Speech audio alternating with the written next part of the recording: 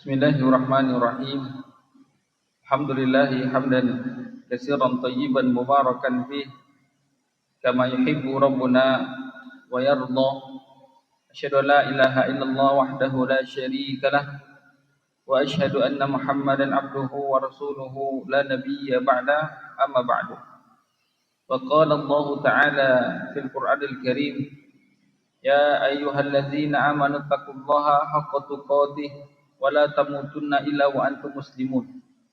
Wa qala ya ayyuhan nasu taqu rabbakumul ladzi khalaqakum min nafsin wahidah wa khalaqa minha zawjaha wa bassa minhuma rijalan katsiran wa nisaa'a wattaqullaha alladzi tasaaluna bihi wal arham innallaha kana 'alaykum raqiba.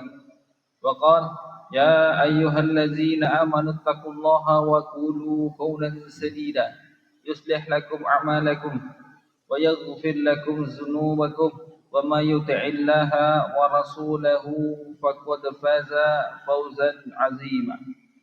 Jamaah rahimani wa rahimakumullah. Insyaallah pada siang ini kita masih melanjutkan pembahasan tentang fikih hutang.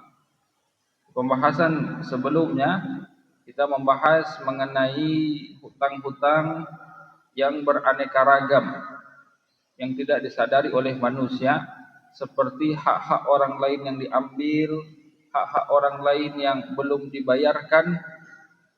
Itu adalah hutang, akan diselesaikan di dunia dengan rupiah dan cara damai, atau akan diselesaikan di akhirat dengan cara pertukaran pahala dan transferan dosa. Kita telah bahas materinya di pertemuan sebelumnya. Di antara bagian hutang dewasa ini di zaman sekarang banyak kita saksikan kaum muslimin muslimah, karena satu lain hal mereka mengambil hutang dengan cara yang dilarang oleh syariat. Mereka mengambil hutang dengan cara yang dilarang oleh syariat. Salah satu contohnya adalah KPR, kredit pemilikan rumah. Di dalam Islam, riba itu dibagi dua secara kelompok besar. Yang pertama ada riba jahiliyah, riba dain, riba hutang piutang. Ini riba yang disepakati oleh seluruh ulama, seluruh mazhab tentang keharamannya. Tidak ada yang silang pendapat, tidak ada yang menyelisihi keharamannya, yaitu riba hutang piutang, yang mana tatkala meminjamkan uang nanti ada bunganya, ada kelebihan ketika pengembalian. Ini riba yang ulama sepakat seluruhnya dari zaman dahulu. Sudah berjalan agama Islam ini 1000 tahun lebih, seluruh ulama sepakat. Tidak ada yang menyelisihi riba yang masalah hutang piutang. Kalau bahasa sederhananya, pinjam 1 juta, balik 1.100.000. Ini riba yang disepakati ulama seluruh mazhab. Kemudian kalau yang kedua ada riba jual beli. Riba jual beli. Jual beli emas dengan rupiah, tunai tidak tunai. Ini ulama tidak bisa dipungkiri, ulama silang pendapat. Jadi riba yang kedua, riba jual beli, ini ulama silang pendapat tentang meletakkan illah, alasan pengharaman komoditi riba. Tapi kalau hutang piutang, pinjam 1 juta balik 1.100.000, ini sepakat seluruh mazhab. Ini tidak ada yang menyelisihi, karena ini tegas di dalam Al-Quran. Dan seperti itulah yang dipahami ulama-ulama kita. Nah, kita kembali kepada KPR tadi, kredit pemilikan rumah. Alurnya mungkin Bapak Ibu lebih tahu daripada saya, karena saya tidak pernah lakukan ini. Ya, alurnya kurang lebih mungkin ada calon nasabah tertarik rumah, dia survei rumah tadi, kemudian dia booking. Ada yang seperti ini alurnya, dia bookinglah rumah tadi. Kadang juga diminta DP oleh developernya. Setelah rumah di booking, baru dia bawa berkas, mengajukan berkas kepada bank konvensional. Yang KPR kita masuk ini yang di bank konvensional. Dia pergilah ke bank konvensional, dibawa berkas, kemudian analisis kelayakan. Setelah dinyatakan dia layak, kemudian mungkin dipanggillah pihak developer, ada pihak bank, ada calon nasabah tadi. Mungkin tanda tangan akad di sana, baru dicairkan dana kepada si calon nasabah tadi, kemudian baru dia bayar kepada si developer. Yang ringkas ceritanya, bank di sini, bank konvensional murni menalangi, murni memberikan hutang kepada nasabah, nasabah bayar kepada developer setelah terima kunci. Nah, kemudian nasabah ini tinggal cicil kepada bank. Nah, di antara akad KPR ini yang dengan bank konvensional, pertama, uang yang dipinjamkan oleh bank kemudian akan dicicil oleh nasabah, ini sudah jelas ada bunganya. Sudah jelas ada bunganya. Katakanlah dipinjamkan uang 100 juta oleh bank tadi untuk melunasi rumah. Mungkin untuk 10 tahun, itu katakanlah kembalinya 120 juta, biar mudah. 10 tahun nanti total akumulasi pengembaliannya adalah 120 juta. Dan tidak bisa dipungkiri dengan bank konvensional, di situ ada bunganya. Maka hutang yang berbunga tadi, hutang yang pengembaliannya ada berlebih, ini riba yang disepakati ulama seluruh mazhab. Bahkan ada kaedah, ada rumus. Ini dari ulama mazhab Syafi'i, Al-Imam Al-Baihaqi di kitab nanti Jami' As-Sughra. Di situ nanti di kitab itu dinyatakan ada perkataan sahabat Fudhalah ibn Ubaid. Beliau mengatakan, kullu qardin jaro manfa'ah fahuwa riba. Setiap hutang piutang yang menarik manfaat, yang mengambil manfaat, mendapatkan manfaat untuk yang memberikan hutang, maka manfaatnya adalah riba. Di sini posisinya bank, bank yang memberikan hutang. Kemudian pas pengembalian ada bunga, maka bank tadi mendapat benefit, mendapat manfaat, maka sepakat ulama itu adalah riba. Jadi dari sini hutang berbunganya saja sudah riba. Dan demikian juga yang dipahami oleh MUI, Majelis Ulama Indonesia, itu mereka sudah rapat masalah ini, putusan nomor 1 tahun 2004. KPR perumahan konvensional ini haram karena ada ribanya. Karena masalah ribanya, silakan cek fatwa MUI. Karena memang hutang yang seperti ini, sekali lagi kami sampaikan, ulama sepakat keharamannya, ulama sepakat ribanya. Dari zaman dahulu sampai sekarang ini riba. Nah, jadi poin pertama yang KPR konvensional ini, karena berapa hutang diberikan, kemudian nanti nasabah cicil kepada bank itu ada kelebihan per bulan, kelebihan per bulan, kelebihan per bulan. Ini sudah jelas riba yang disepakati oleh ulama. Ini riba yang diharamkan. Itu poin pertama, Pak. Pelanggarannya tidak satu. Kemudian yang kedua, kalau telat mencicil ada denda keterlambatan. Kalau telat mencicil ada denda keterlambatan. Mengenai denda keterlambatan, nah, kita agak mundur sedikit. Bank konvensional ini, Pak, sejak kemunculannya itu lembaga-lembaga fatwa berlevel internasional. Ada yang nanti majelis fatwa dari Yordan, dari Darul Ifta dari Mesir, nanti juga ada nanti OKI, Organisasi Kerjasama Islam, ini organisasi besar setelah PBB. Kemudian ada nanti Rabitul Alam Islami, ada Ma'aid Syari'iyah, ada banyak sekali lembaga fatwa dunia. Sejak kemunculan bank konvensional, mulai dari tahun 1965, itu lembaga-lembaga fatwa internasional itu sudah rapat mengkaji masalah bank konvensional dan akad-akadnya. Dari tahun 65 sudah ada pembahasan, tahun 70, 80, 90, 2000 sudah ada pembahasan. Dan mereka seluruhnya sepakat bank konvensional ini beberapa akadnya, terutama KPR tadi, pembiayaan yang ada bunga-bunganya ini sudah diharamkan. Ini sudah riba. Itu yang pertama. Kemudian kita bahas tentang denda keterlambatan. OKI, Organisasi Kerjasama Islam. Ini organisasi besar setelah PBB, anggotanya lebih dari 50 negara kaum muslimin. Dan membernya itu para ulama, delegasi bagi masing-masing negara kaum muslimin, lintas mazhab, lintas ormas. Nah, ini para ahli, para pakar level dunia. Mereka mengkaji tentang denda keterlambatan ini.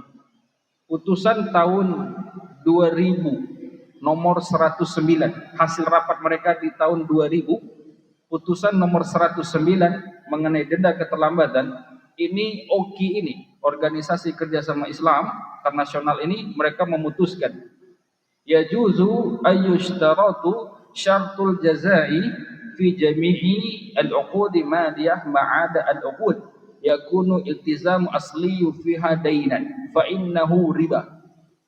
Keputusannya di tahun 2000 ini dibolehkan seseorang itu membuat persyaratan denda keterlambatan karena wan prestasi untuk seluruh akad muamalah kecuali yang akad itu basicnya adalah hutang piutang. Akad itu yang komitmen awalnya adalah hutang piutang. Kalau akad itu hutang piutang, kalau telat bayar tidak boleh ada denda keterlambatan karena wan prestasi. Fa innahu riba, karena itu adalah riba.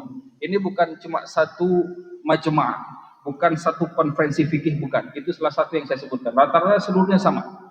Nah, denda keterlambatan tadi itu, kalau telat nyicil KPR konvensi tadi, itu telat nyicil ada dendanya. Maka dendanya pun disepakati ulama-ulama internasional itu juga riba. Yang bunganya sudah disepakati ulama seluruh dunia dari zaman dahulu sampai sekarang. Denda keterlambatannya pun disepakati keharamannya. Katakanlah KPR konvensional itu, berapa yang dipinjaminya uang segitu yang dia cicil. Oke, aman, dia ada ribanya. Tapi kalau ada klausul denda keterlambatan, nah dendanya itu juga bermasalah. Maka ini pasal berlapis pelanggarannya. Udahlah hutangnya berbunga, hutangnya berriba. Itu sudah melanggar kesepakatan ulama dan MUI di Indonesia. Kemudian ada denda keterlambatan, itu juga melanggar aturan-aturan konferensi fikih internasional. Sudah dua permasalahan. Maka KPR seperti ini sudah jelas. Di dalamnya ada yang namanya riba. Maka kaum muslimin tidak boleh mendekat kepada praktek-praktek seperti ini.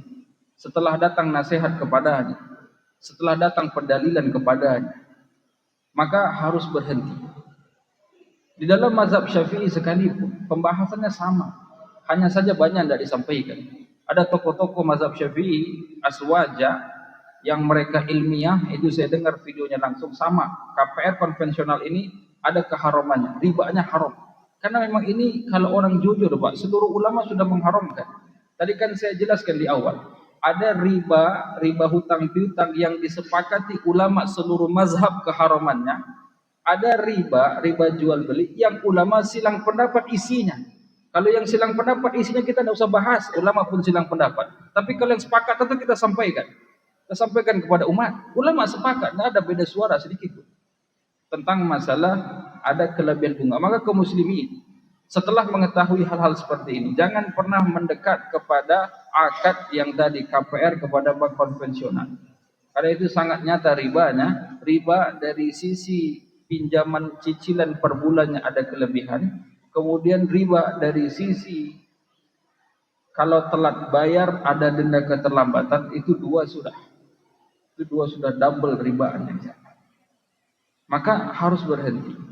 Kalau setelah disampaikan nasihat dan masih terus lanjut dan mempraktekkan riba-riba tadi, maka Allah Ta'ala berfirman, fa in lam taf'alu fa'zanu biharbin minallahi wa rasulih. Kalau kalian tidak berhenti dari riba tadi, maka umumkanlah perang kepada Allah dan Rasulnya. Maka umumkanlah perang kepada Allah dan Rasulnya. Para ulama menafsirkan, kelak di hari kiamat pemakan riba ini, kelak di hari kiamat ketika dibangkitkan pemakan riba ini, akan diberikan satu pedang, satu perisai. Dia akan berperang dengan Allah, dengan Rasulnya, dengan Umar sebagai lawan, dengan Khalid ibn Walid sebagai lawan, dengan Ali bin Abi Thalib sebagai lawannya, dan malaikat Jibril sebagai lawannya. Dia akan ditantang berperang dan pasti tidak akan mampu berperang dengan Allah dan bala tentara. Ini hukum untuk orang-orang pemakan riba. Tidak ada alasan makan riba.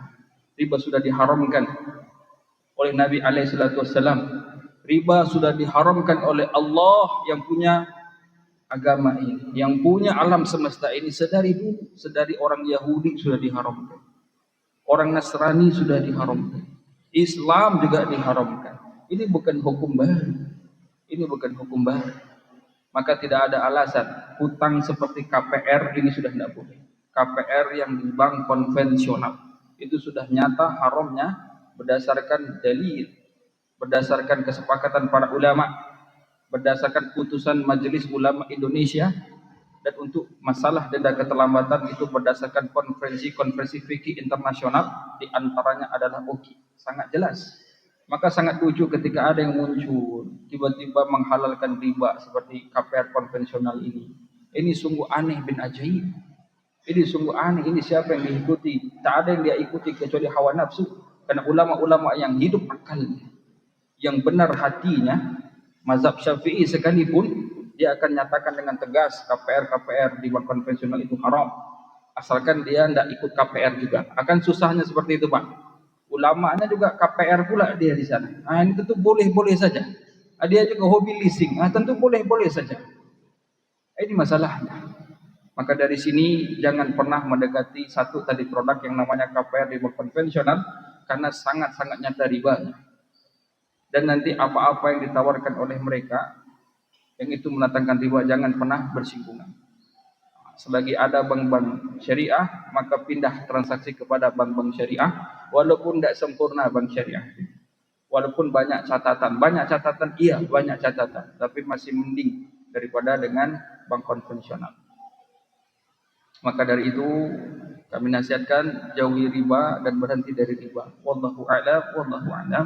Sallallahu ala nabiyyina Muhammad wa ala alihi wa sahbihi ajma'in. Wa akhiru da'wana alhamdulillahi rabbil alamin. Assalamualaikum warahmatullahi wabarakatuh.